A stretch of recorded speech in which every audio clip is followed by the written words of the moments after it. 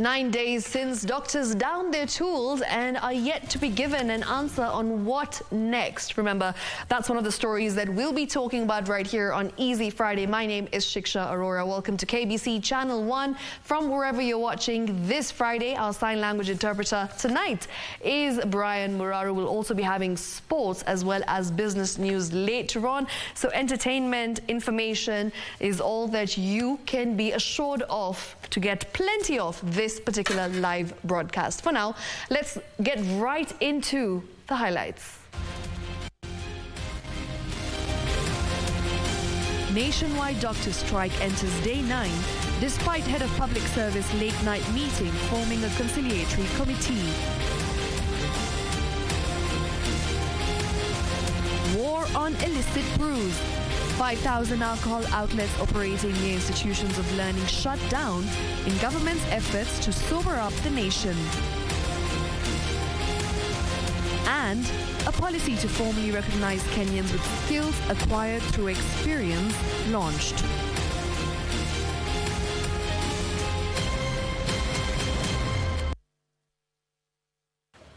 Welcome to KBC Channel 1. This is Easy Friday. Let us know where you're watching from at KBC Channel 1 on Twitter at Shiksha Arora. Use the hashtag Easy Friday. Now, tonight's top story. It is 9 days since doctors downed tools and they maintain the status quo that will remain until their grievances are addressed. Kenya Medical Practitioners, Pharmacists and Dentists Union Secretary General Davji Atela says they will resume duty once interns have been posted and the 2017 collective bargain agreement fully implemented. Take a look. Friday morning at the Kenya Medical Training College in Nairobi County, hundreds of doctors showed solidarity with their peers countrywide as the strike entered the 9th day. They marched to Afya House, Parliament buildings, the National Treasury and Council of Governors offices where they aired their grievances. Yes. That as doctors, yes, we want our dignity. Yes. That as doctors, yes, we want to have the CBA implemented. Yes. The painful 100 days strike that we went, yes, were not in vain. Yes. You're staying at home, you can't do nothing, you have your skills going away. You can't practice because it's illegal. You can't get any job. You can't do. Kenya Medical Practitioners, Pharmacists and Dentists Union Secretary General Davji Atela maintaining they'll keep off work until the government meets its end of the bargain. We are not on strike. Yes. It is the government on strike. Yes. And we will continue on strike until they give us all the issues we gave them. Yes. Meanwhile, the weight of the industrial action is being felt in public health facilities. The Kenya Obstetrical and Gynecological Society has raised concerns that the lives of expectant mothers and unborn children are at risk. Cabinet Secretary for Public Service, Performance and Delivery Management, Moses Kuria, has called on the doctors to resume work as the government puts in place mechanisms to hire them.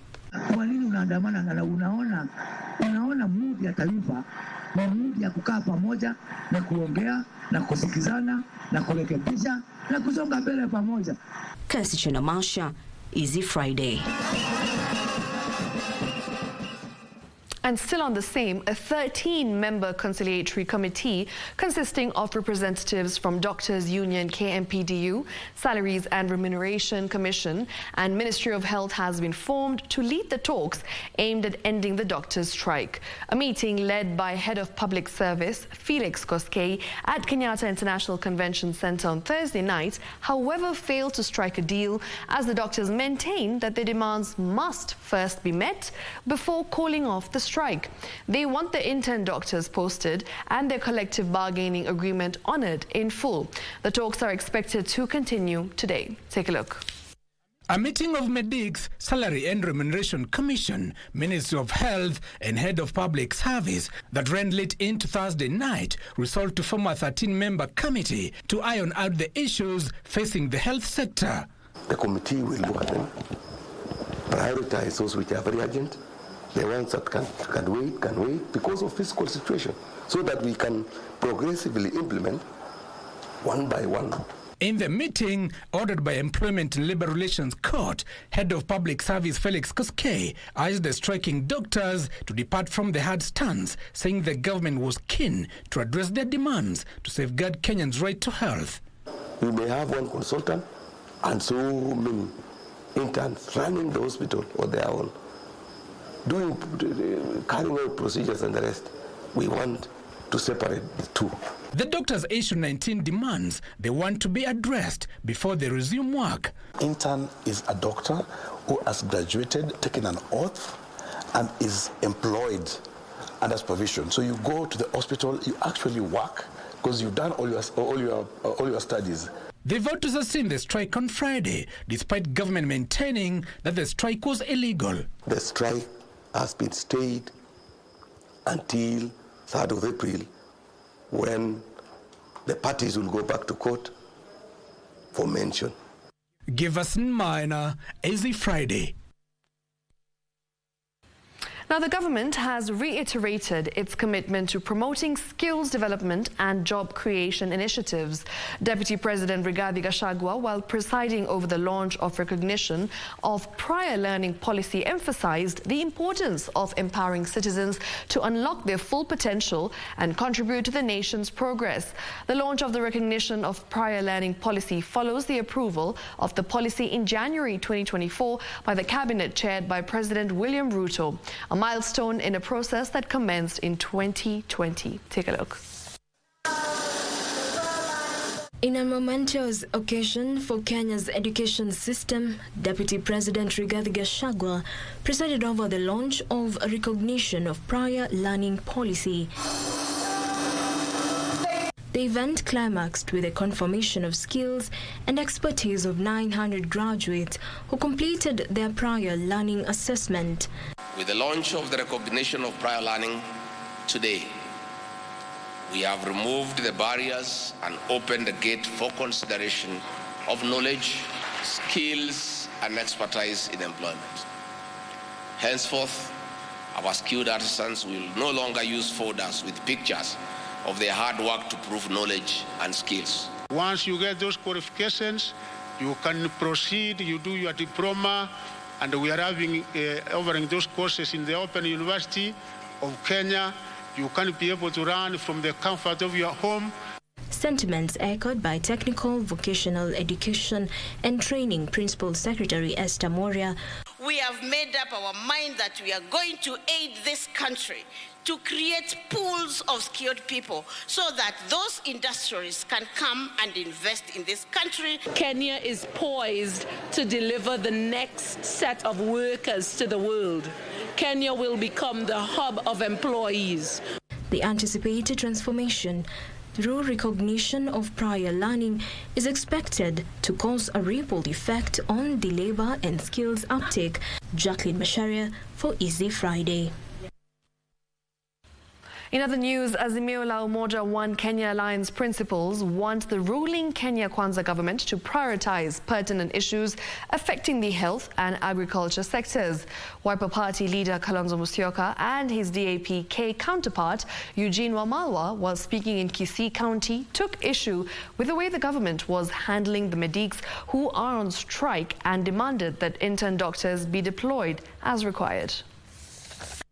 It looks like Kenya Kwanza is on a free-fall kind of approach, and they don't seem to listen to anybody other than themselves. The education sector imesambaratika. Capitation to schools. Schools are closing anytime, I think, in the next few days, and the head teachers have not received this money. And instead we are seeing of misappropriation and headline news again in the nation of monies in the education sector. We are in Kajiado. We went to Meru. We went to Embu, Tharaka Nithi. We've been to Mount Kenya. We come down to the lake. But right from Isinya in Kajiado to Isibania in Kuria, where we are going, the cry is the same. Taxation, over-taxation. KEBS. The MD has confirmed that some of the fertilizer that is being distributed does not meet their standards. We are being told of some bags being packed with sand, mchanga, and being called fertilizer. And of course, with that, it's time for us to take our first commercial break, but we will be back shortly on Easy Friday. Don't go too far.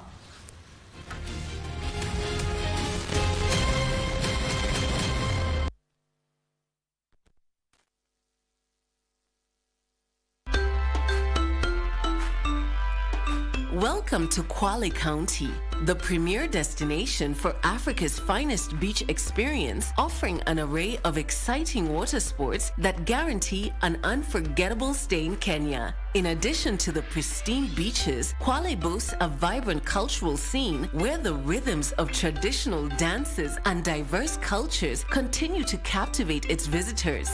For those seeking a break from the beach and cultural immersion, the untamed wilderness of Shimba National Park provides a glimpse into Kenya's diverse wildlife in their natural habitat. Whether you're here for beaches, cultural experiences, or wildlife encounters, Kwale County welcomes you to indulge in its sandy beaches and beyond. Kwa majina naitwa Beatrice Kimai na mimi ndio nilikuwa mshindi wa Suzuki Wagon R Jenge na Moti. Siri nilikuwa nilicheza, nikacheza na nikamwamini Mungu na nikawa mshindi. Pia sasa bado naendelea kucheza na naamini nitakuwa mshindi wa hili gari. 31st of December 2023, Beatrice alikabidhiwa na kifunguu kama mshindi wa Suzuki Wagon R kwenye campaign ya Jijenge na Moti. Na sasa tuko na Toyota Hiace.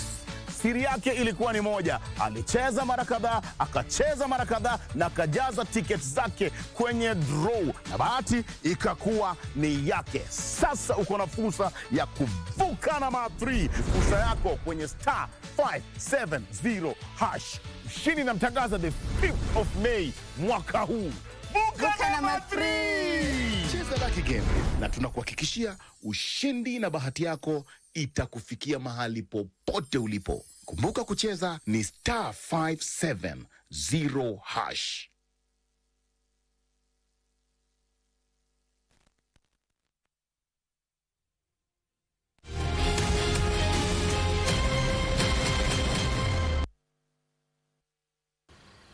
Welcome back. Now, Deputy President Rigathi Gachagua says the government is working closely with counties for the smooth transfer of remaining functions and assets. Speaking on Friday when he held discussions with the Intergovernmental Relations Technical Committee, that's IGRTC, at his official residence in Karen, Nairobi, the Deputy President said devolution had transformed the country and must be protected and nurtured. IGRTC Chairman Givinji Kiragu said that they were evaluating the remaining assets and functions that ought to be transferred in consultation with respective cabinet secretaries and principal secretaries.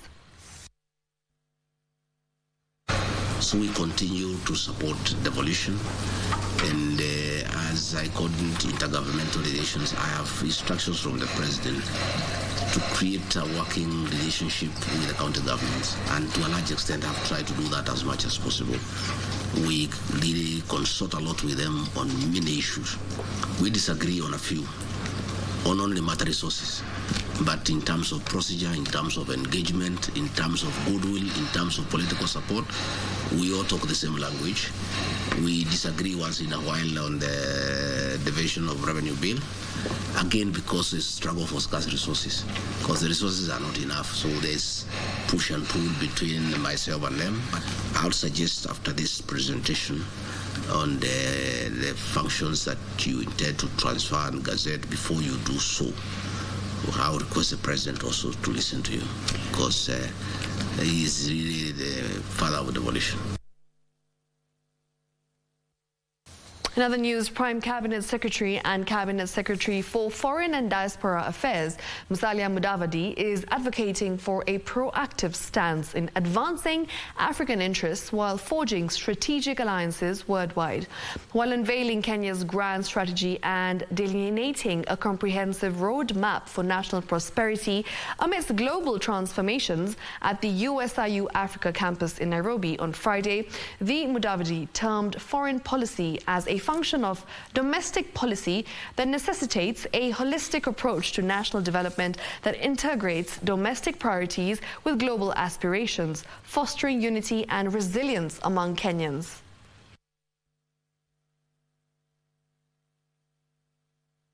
We adhere to a globally relevant Pan-Africanism for mutually beneficial relations, where Kenya plays a leading role in an Africa that is willing and equipped to negotiate for its rightful space in the international arena.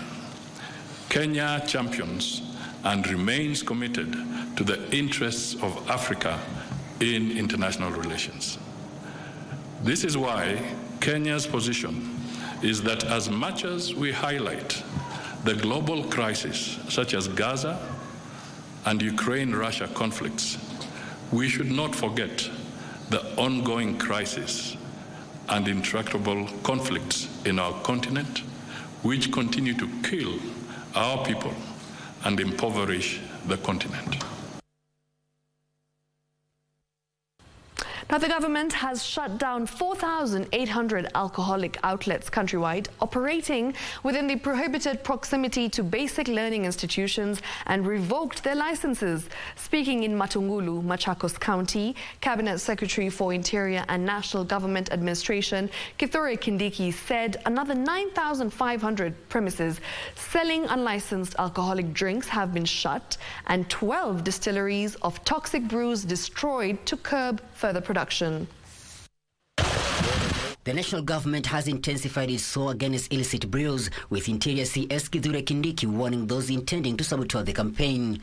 Make sure that Tala town, because of its proximity to Nairobi, is not being or should not be used as a hideout for criminals who may be running away from some of the operations we are carrying out in Nairobi, especially in the Eastlands area. Addressing a security team in Machakos, Kindiki reiterated that all licenses of manufacturers and distillers of second-generation alcoholic drinks remain suspended and production prohibited until completion of ongoing vetting by the end of this month. Some of the animal or veterinary drugs are being sold and mixed with other substances to be able to produce some of the most fatal narcotic drugs. Sentiments echoed by Kisumu County Commissioner Benson Lepamorijo, who said the multi-agency team undertaking the operation against illicit brews in the Lakeside County will relentlessly rid the society of illicit substances. When it comes to application of law, it should be done uniformly and not selectively. So you cannot call those for the members of the public, then leave out this one because it belongs to a police officer. Meanwhile, leaders and locals in Gatundu North, Kiambu County have held the establishment of a new law court in the area, terming it as a boost in the fight against illicit alcohol and drugs. We have so many cases that are in court, and they can be solved just there outside by clan elders. Others can be solved by chiefs, others by mediators. Michael Mundiga for Easy Friday. Now, institutionalization of workplace, equity, including balance in pay and leadership, as well as gender-supportive policies are some of the areas that women want prioritized to foster women inclusion. According to Joanita Muramba, sustainability head at East Africa Breweries Limited, there is need for a collaborative approach to break barriers that are prohibitive to women, especially in employment. The latest report by the United Nations indicates that during their professional lives, women face more obstacles and barriers. Stereotypes, salary differences, risks in parenting, and absence from work when having children, which often coincides with crucial moments in career development. Equality is giving everyone in this room shoes, but equity is ensuring the shoe fits. So workplace equity is the first thing that we women should do. Give everyone equal opportunities to grow based on merit, based on experience, based even on pay. During this year's What Women Want Summit 2.0 held in Nairobi, stakeholders want the gender pay gap closed. They cited bias in pay and positions of leadership against women at the workplace as a major cause of mental health issues among working women. Further, women called for institutionalization of policies that accommodate gender issues like maternity leave and breastfeeding. Use your voice, whether it is to speak, to whisper, and if you must, to scream. Use it so that generations from now, people don't wonder how their voice got lost. The What Women Want Summit 2.0 has brought together over 200 women drawn from various parts of the country to deliberate on bottlenecks to professional growth among women with a view to addressing them. Regina Manya reporting for Easy Friday. And that word, institutionalization, that's how you say it. Thank you, Regina, for that story. Quite a powerful one. I actually was at that particular summit this morning, and quite an inspiring breakfast meeting that we had there with such powerhouses. Moving on, the First Lady, Mama Rachel Ruto, led Kenyans in marking World Water Day at Kisaju Primary School, Kajiado County, where she underscored the importance of access to clean water in educational settings, saying it directly impacts on students' health, hygiene, and academic performance. She donated water harvesting tanks to 26 primary and secondary schools in Kajiado West constituency to enable the institutions to increase their water storage capacity. As the world marked World Water Day on Friday, with this year's theme being Water for Peace, the First Lady Mama Rachel Ruto committed to improving the welfare of learners by working with leaders and partners to ensure all public primary and secondary schools in the country have sufficient and clean drinking water. Tunataka kupatia institutions ambaye ni primary schools na secondary schools. Na siku ya leo ni mwanzo tu ambaye tumeanza.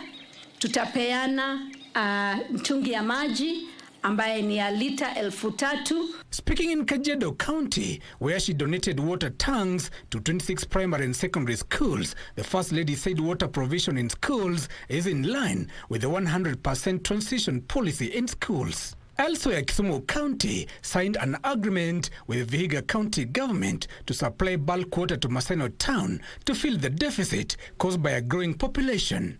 We had a meeting with the Vihiga County, the Ministry of Water and Environment, so that they sell for us bulk water, then we supply to the people of Maseno. And in Meru County, agro-pastoral communities in northern Kenya marked the day by launching a water synthesis report and emphasized the importance of water conservation for peace and stability. What we have decided is that we concentrate on water conservation, soil conservation. We concentrate on growing trees. Give us in minor, Easy Friday.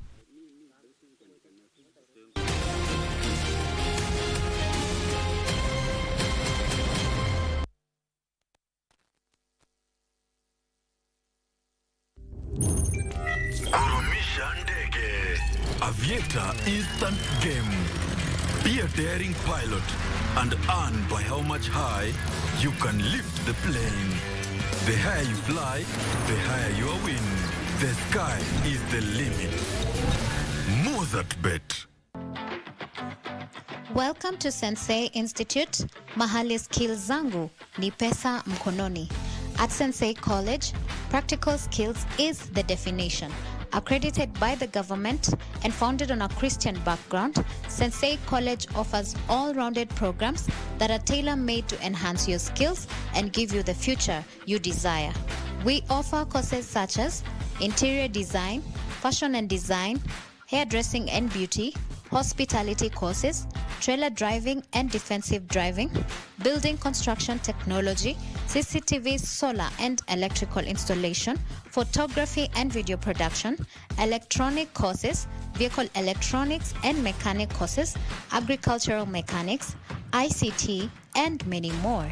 To enroll in any of our campuses in Nairobi and Nakuru, all you need is your national ID card.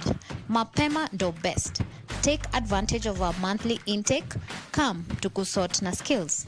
Sensei College, my skills, my future.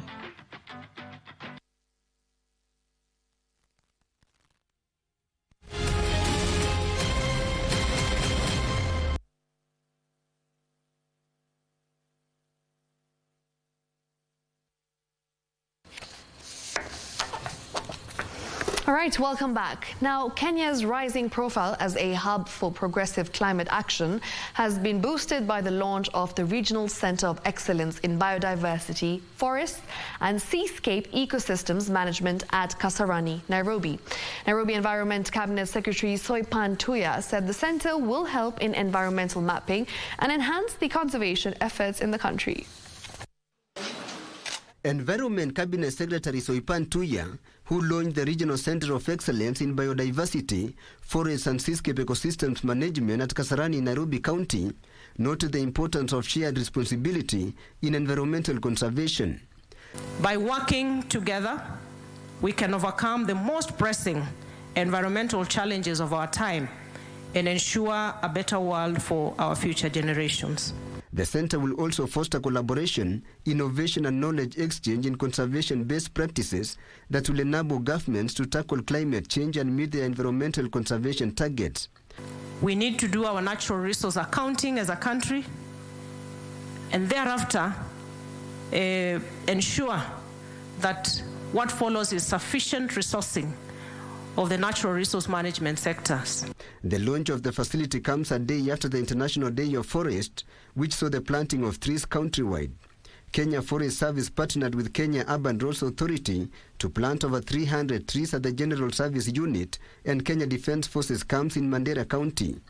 We intend to ensure that this country achieves the 30% cover and the 15 billion trees be planted as per presidential directive.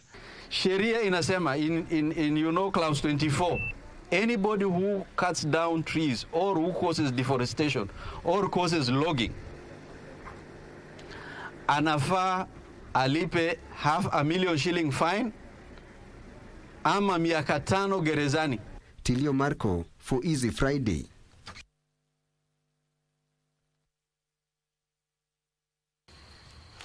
Now, the Kenya National Commission on Human Rights has urged the government to expedite the exhumation process at Shakahola Forest in Kilifi County, saying delays will negatively impact the DNA sampling. KNCHR, which has released a report, Mashaka ya Shakahola, further says the slow pace not only delays justice for victims, but also violates the rights of families to bury their relatives in a culturally dignified manner. More from the County News Roundup. The Kenya National Commission on Human Rights in its report further recommends the government to bring all security officers and national administration officers implicated in the Shakahola massacre. We recommend that they protect and ensure the rights of all children held in private rescue centers and ensure that they are timelessly reunited with their kin unless they are perceived to be in danger of radicalization. And a village in Ruiru, Kiambu County is mourning the death of a young man whose body was found near the neighboring Eastern Bypass. Hii area ya Pefa tumeachwa nyuma sana. Wengine wako na mataa, sisi hatujapata mataa. Wengine wako na security, sisi hatuna security.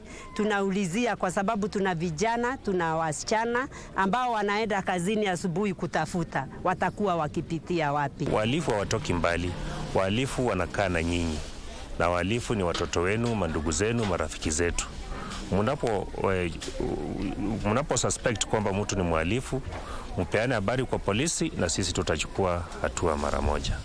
Also in Kakamega County, the county government is unable to finish a large percentage of projects just 3 months before the end of the financial year 2023-2024. Implementation ya hii budget tunafanya is it to the completion ama hapana? Kama sio hivyo kutakuwa na wale wataachipika. Advice yangu kwa governor, kwa sasa wakati tunatengeneza CFSP, karibu tunatengeneza bajeti, ajibike na watu wake wa procurement, waanze maneno ya procurement mapema. Finally, Makutan Forest Conservancy in Laikipia County is giving hope to children from humble backgrounds near the area. The program, which has helped over 70 children to get an education, aims at eradicating illiteracy among the pastoralist communities. Our main goal has been able to convince the community to be able to prioritize education, and they've been able to bring their kids so that they can be able to learn. We started when the kids were 80, now they're up to 140 kids, of which for us that is a big win. Ruth Wamboy for Easy Friday. Now, the Samburu people take pride in their traditional attire, which not only reflects their identity and traditions, but also signifies their age, marital status, and societal role. Tonight on My Culture, we delve into the attire of Samburu women.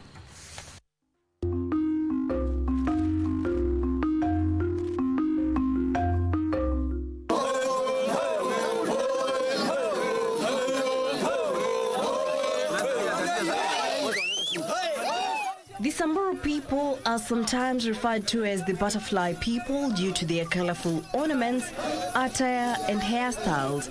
Traditionally, they made clothes and ornaments from animal skin, beads, shells, and brass.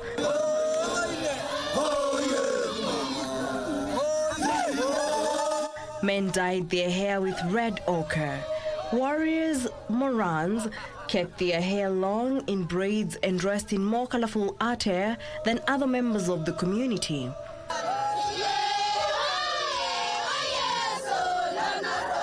The women adorned themselves in beautiful multicolored beaded necklaces and other traditional jewelry. Central to the Samburu woman's attire are the two pieces of cloth she wears with pride. Each garment tells a story symbolizing femininity, grace, and cultural identity.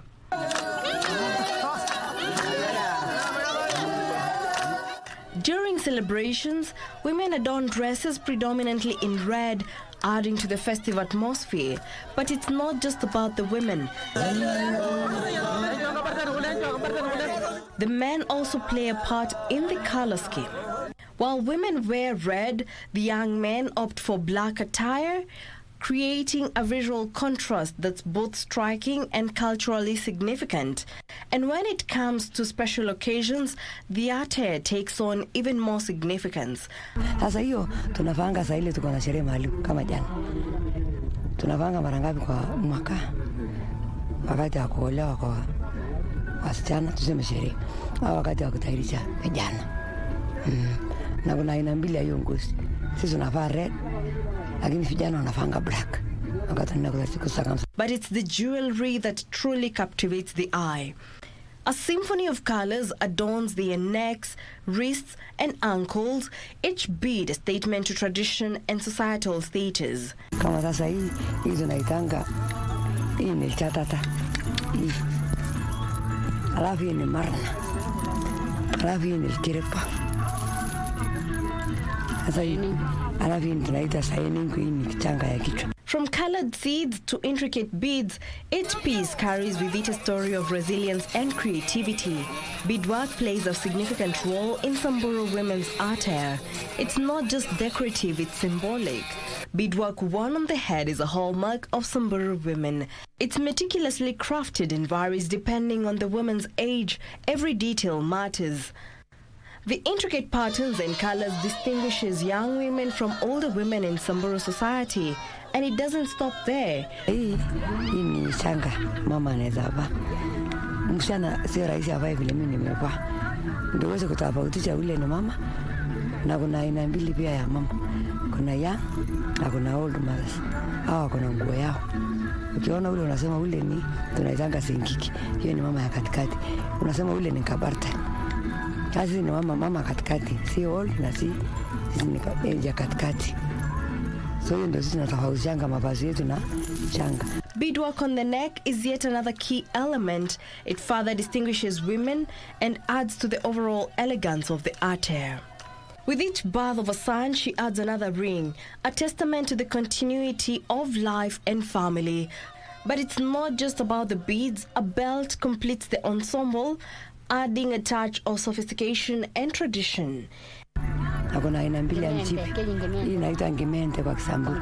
Na kuna aina mbili ya mshipi. Kuna hii ngimente ya kuvaa wakati ya sherehe na kuna ile kubwa ya hapa wakati mama anajifungua. The beadwork worn on the wrist carries its own significance. It's a visual cue indicating whether a woman is married or unmarried.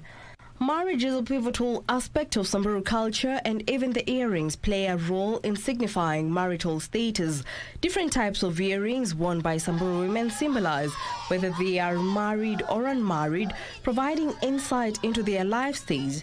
For the married Samburu woman, these brass earrings symbolize the sacred bond of matrimony. Nyororo hivi nakwanga mrefu kai, lakini na vitanga masikio. Ukiona hiyo unasema this lady was married. Yes.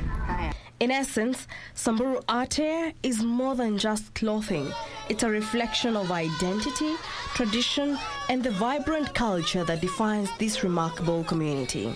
In the Samburu culture, the art of jewelry making is not just a pastime but a cherished tradition passed down through generations.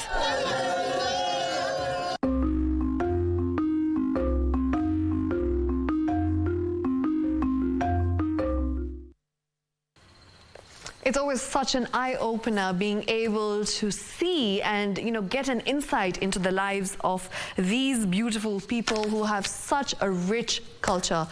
I love that particular feature. It's always one of my favorites, and I look forward to it every Friday right here on KBC Channel 1. With that, it's time for me to take you on a small commercial break, but we'll be back in just a moment. Remember, business news and sports news up next.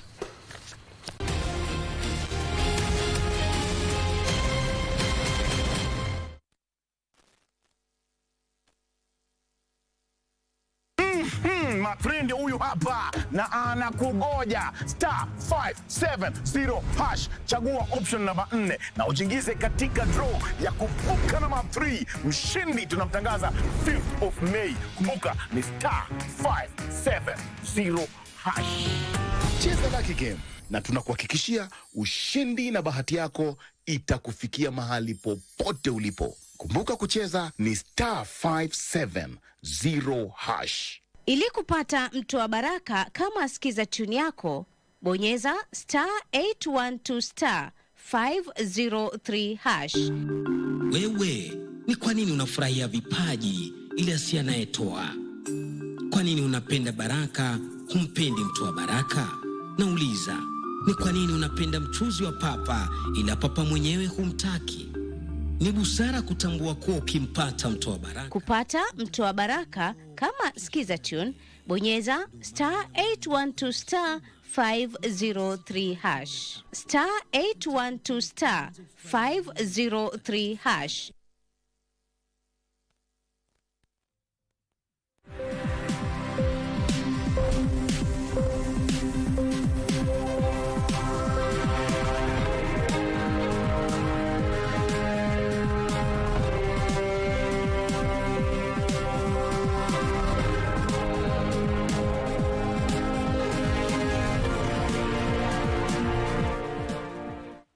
Thank you for keeping it easy Friday. A very good evening to you. My name is Betty Kiptum. Let's get the latest in the world of business. The Institution of Engineers of Kenya has urged the government to take proactive measures in creating internship programs aimed at absorbing engineers into various sectors. According to IEK's President-elect, Shama Kiteme, the initiative comes as part of IEK's ongoing efforts to address the challenges faced by graduates in gaining practical experience to secure jobs. Understand one thing? We are in for that. We are looking at very aggressive engagement with legislators, for instance. We want to support an omnibus bill in Parliament to make few amendments in laws that affect our practice as engineers. What we are saying is that we are requesting for a budgetary allocation to be increased to Engineers Board of Kenya, so that Engineers Board of Kenya can actually absorb all engineers. We have a strategic plan and we have a lot ahead of us, and we are going to work with the President and the entire Council to ensure that this institution goes to the next level. We ensure that the engineers get what they deserve. Now, over 135,000 jobs have been created following the rollout of Jitume digital labs that have equipped over 3,900 youth with digital skills. Speaking during the launch of a Jitume digital hub and public Wi-Fi at Nyandarua National Polytechnic, Information Communications and the Digital Economy Cabinet Secretary Eliud Owalo highlighted the immense opportunities that exist in the digital space to create wealth and address unemployment, especially among the youth.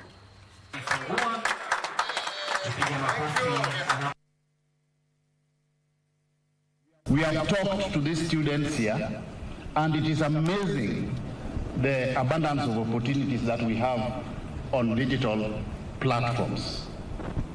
It is the only sustainable way as a country, as a government, through which we can keep our youth involved in gainful employment. Having kicked off in March last year, over 500 trainees have been trained and acquired skills in various areas. And the government will use the cooperative movement in Kenya to drive financial literacy among women and youth. Cooperatives Cabinet Secretary Simon Chelugui says there is a pressing need for equitable access to financial services to ensure an inclusive and enabling environment that will promote entrepreneurship and investments.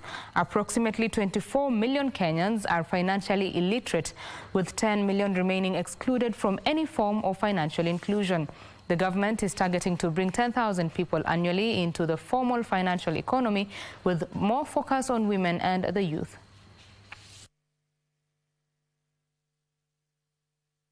Looking at bringing on board 10,000 a year, but the target, the needs are beyond.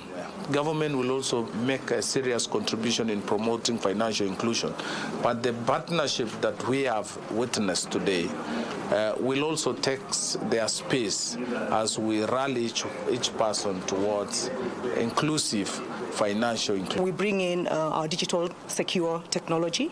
We also bring in financial literacy as a key component that helps as we access financial services. We need to know what these financial services look like. Most important part that I'm looking at with this partnership is building a foundation where people are educated on the ability to spend, ability to borrow, ability to save, and ability on just how to spend. And establishment of a rhino sanctuary and tarmacking of roads to key tourist attractions have been identified as key measures to be implemented to boost tourist inflows to Kitui County. A meeting between Tourism Cabinet Secretary Dr. Alfred Mutua, who is on a nationwide tourism promotion campaign dubbed Utalii Fresh, and officials from the county government of Kitui also resolved to increase the number of water pans in Kitui to help reduce human-wildlife conflict. Tourism Cabinet Secretary Dr. Alfred Mutua has rolled out an initiative to address challenges in the tourism industry in each county to ensure Kenya attracts high numbers of tourists throughout the year. Today, he took this mission to Kitui County, where the issue of poor roads to key tourist attractions was discussed. Lazima tuimize hali ya vijana kupata kazi, wananchi kupata maendeleo, na hali ya maisha yetu kuwa yanapanda juu na kuwa mazuri. Na sisi tunajua kwamba utalii una pesa. It's a very soft and low hanging fruit. Watu wengi wanatembea ulimwenguni mzima, kwa nini wasikuja hapa kwetu Kitui? Kwa nini wasikuja hapa Kenya wakiwa wengi? Dr. Mutua says a rhino sanctuary is being set up in the devolved unit to help introduce another tourist product that will attract tourists to Kitui. Kitui is among devolved units with cases of human-wildlife conflict, which is being addressed by setting up more water pans for use by humans and animals. The rhino sanctuary will come with every security requirement. It will come with the development partners, and it will come with the creation of jobs and an attraction for visitors. You can go to the Kanyonyo Mwakini Conservancy, where there are giraffes and other animals. We want to cooperate and work with the ministry together with these agencies to ensure that we have fenced that place. Nilipokuwa Samburu jana, nimeona mpango ambao tutakuelimisha kwamba ukiweka tu waya na uweke zile beehives ama kunasema miato ya nyuki, ndovu wakaribii. Kwa hivyo ni mambo fulani ambayo tunashughulikia kuweza kuwasaidia watu wetu. Among key tourist attractions in Kitui County are the Zambeni Rock and Kitui South Game Reserve. The government and tourism stakeholders are now urging locals in the county of Kitui to maximize on the region's resources in earning a living. The government's initiative to improve tourism in the country, dubbed Utalii Fresh, is not only aimed at earning the numbers into the country, but also to create employment and build an image for the country. Irene Chuma Odim, Channel 1 in the county of Kitui. And water and energy solutions provider Davies and Shadliff says collaborations between public and private sector institutions are key in addressing extreme poverty and disparities in arid and semi-arid areas in Kenya and other parts of Africa. Take a look at the story. According to the 2023 State of Africa Environment Report, compiled by India's Center for Science and Environment, critical water basins across Africa are depleting due to unsustainable usage, making them focal points for water competition and conflicts. As we celebrate the World Water Day, Davies and Shadliff is urging private institutions, development partners and governments to enhance investments in water projects in drought-prone regions. We have rivers, we have freshwater lakes, and these are between various groups of community. And so the issues come up now, who has the right to this water? How can the water, what use should the water be put? And some communities will feel they have a better right, they have a higher right or a bigger right than the others. In order to transition communities and the nation at large from rain-fed agriculture to irrigation, experts say targeted mapping of all water infrastructure and deployment of technology is key. The groundwater is a lot, there's quite a huge amount of water in the ground. And of course, there are two issues there. To reach that water, you need a huge capital outlay to start with. You need to drill, you need to install the equipment, and you need to ensure that this equipment will be sustainably available to do what is expected.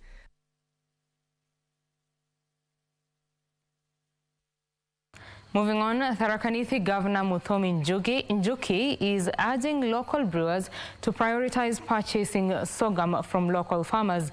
Njuki says many brewers are turning to imports, neglecting the potential of locally grown sorghum. Sorghum production in Kenya is done on 200 hectares of land, with the country producing 135,000 metric tons of sorghum in 2022. Sorghum farming in Kenya is currently done in more than 20 counties of western, eastern and coastal regions, with more than 1 million farmers engaged in production of the commodity. In the last 10 years, the government has rolled out various programs aimed at boosting sorghum farming because it's a high-value crop that requires minimal rainfall. Tharaka Nithi Governor is urging local brewers to prioritize purchasing sorghum from local farmers. The governor is considering reducing sales payment, hoping to make locally sourced sorghums more appealing.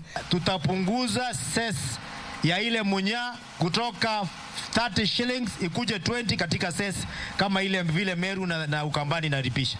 Tharaka Nithi County has also established an aflatoxin checking the center, which will benefit local farmers and improve the safety standards of sorghums and other cereal production in the country. And that is the business news this Easy Friday. Sports news is coming up with Bernard Okumu. My name is Betty Kiptum. Good night.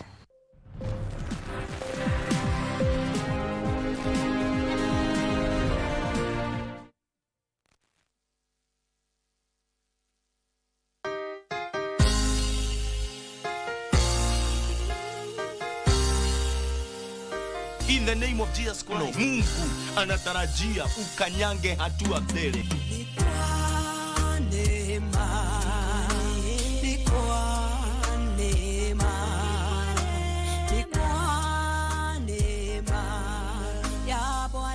Wengine wametawaliwa na uchawi, wakati wao umefika. Wewe umenitazama siku ya leo. Neema na kibali cha Bwana kikawe juu ya maisha yako.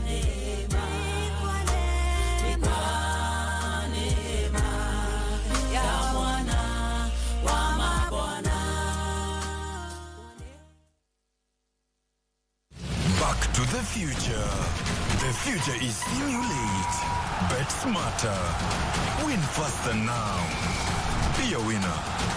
Mozart Bet. Sports News is brought to you by Mozart Bet.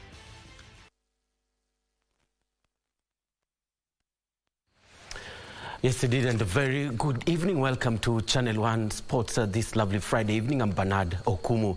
And let's begin with ongoing Africa Games, where little-known Janet Chepngetich cruised to victory in the women's 10,000 meters race at the ongoing Africa Games in Accra, Ghana, to bag her first international gold as Shiksha settled for bronze in the men's rugby competition after they lost to Uganda in the final match. Chepngetich, who comes from Keringet, the same town as world record-breaking athlete Faith Kipyegon, clocked 33 minutes and 37 seconds in the 10,000 meters to win her first ever medal in an international event, where Debelu and Amare Tekan, both from Ethiopia, finished second and third respectively. Wiseman Were finished fourth in the 400 meters hurdles finals, won by Morocco's Saad Hinti ahead of Victor Bonye of Botswana. Samuel Chegwe qualified for the finals of the men's 200 meters after finishing second in the third heat in the semi-final. Hesbon Oduor failed to qualify for the final after he finished seventh in the race. In tennis, Kenya's duo of Angela Okutoyi and Cynthia Cheruto clinched silver in the doubles after losing 2-1 to Egypt in the final match. Okutoyi had earlier won a gold medal in the singles event after she beat Egypt's Salama Lamis in the finals. The national men's rugby team Shiksha won a bronze medal after losing 21-14 to Uganda in the final.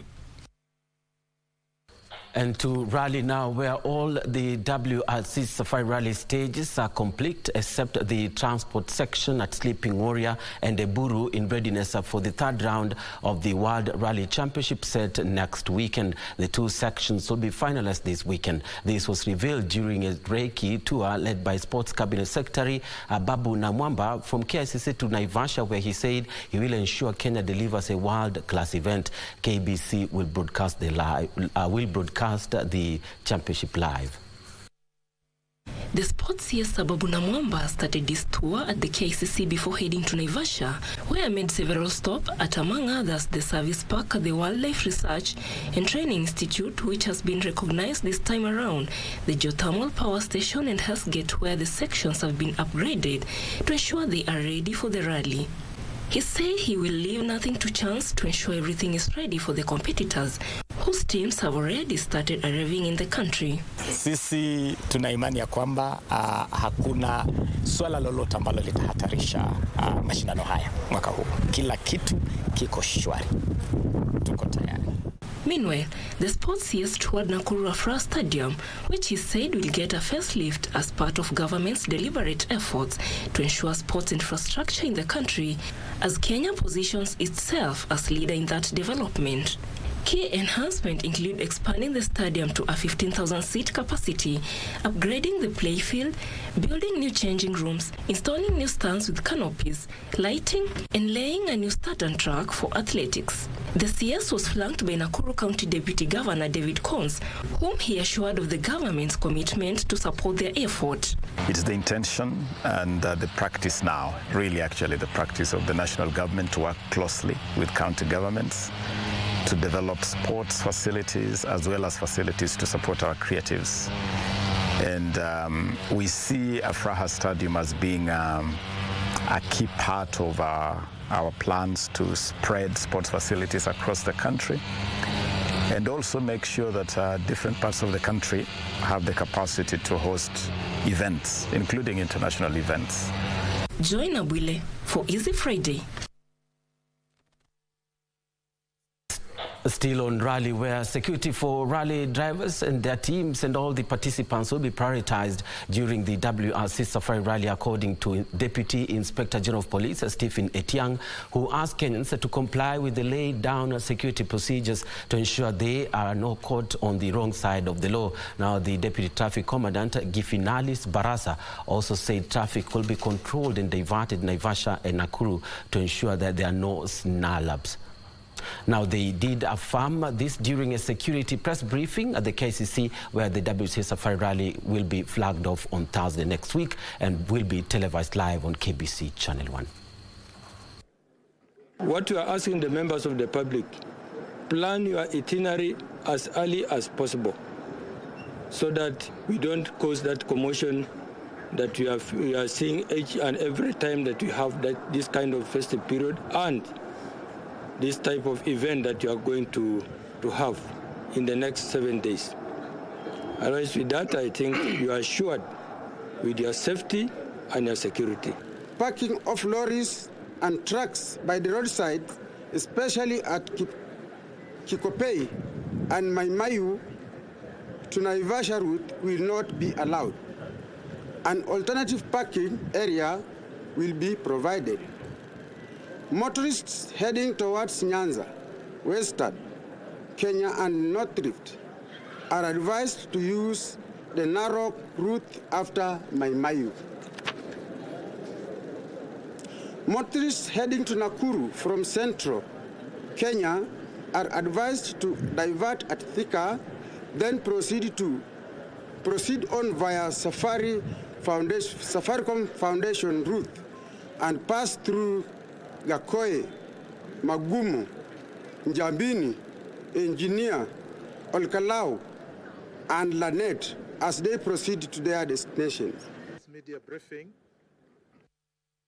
And to football now, where the national under-20 soccer team, the Rising Stars, started their campaign in the Tri-Nations tournament on a winning note after thrashing Zimbabwe by 3-1 in Malawi. Now, the Kenyan youngsters who travelled to Malawi without head coach Salim Babu secured an early lead in the 10th minute after Eli Oluwande netted Hassan Beja's cross. Oluwande doubled the scoreline a few minutes later, and then in the second half, Kenya through Timothy Ouma netted the third goal for Kenya in the 6th minute. Now Zimbabwe managed to score consolation a few minutes before the final whistle. The Kenyan team will next play host Malawi this Sunday at the Bingu National Stadium in Lilongwe. Don't miss the action live on KBC Channel 1.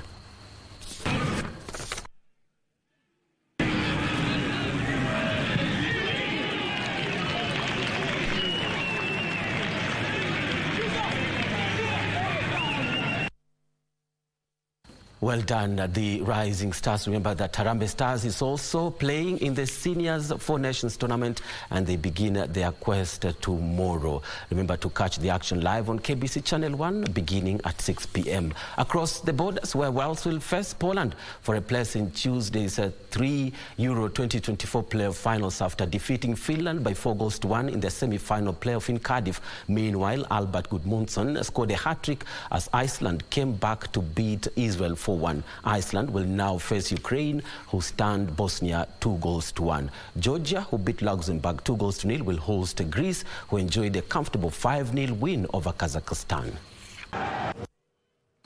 And on that Euro, notice how we end today's sports. Remember to catch the match between Harambee Stars and hosts Malawi. And that's the Four Nations ongoing in Malawi from tomorrow at 6 p.m. here on KBC Channel 1. That's it from the Sports Desk. Thank you so much. I'm Bernard Okumu.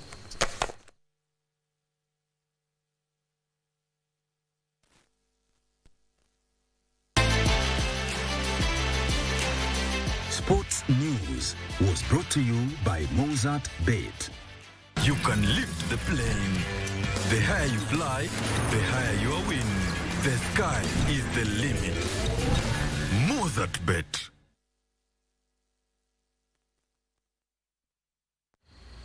At a time like this next week, well, majority of Kenya will be in Naivasha for the WRC Safari Rally. I cannot wait to see what happens. In fact, I spoke to Okumu earlier on, and he says that his money, his bet is on Rovan Pera.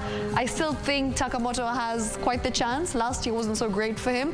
And of course, our Kenyan star, Karan Patel. So let's just see how this year's WRC Safari Rally goes. It's going to be happening next week. Catch all the action right here on KBC Channel 1. We'll be giving you updates, so make sure you tune in. And with that, it's time for me to say goodbye to you.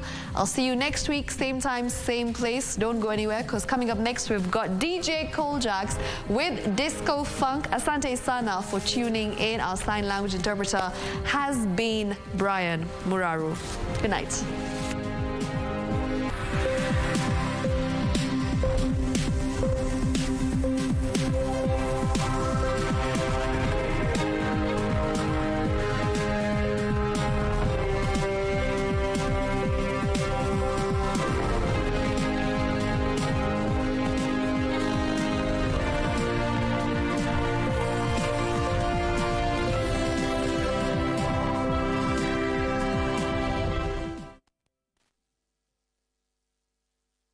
majina naitwa Beatrice Kimani na mimi ndio nilikuwa mshindi wa Suzuki Wagon R Jenge na Moti.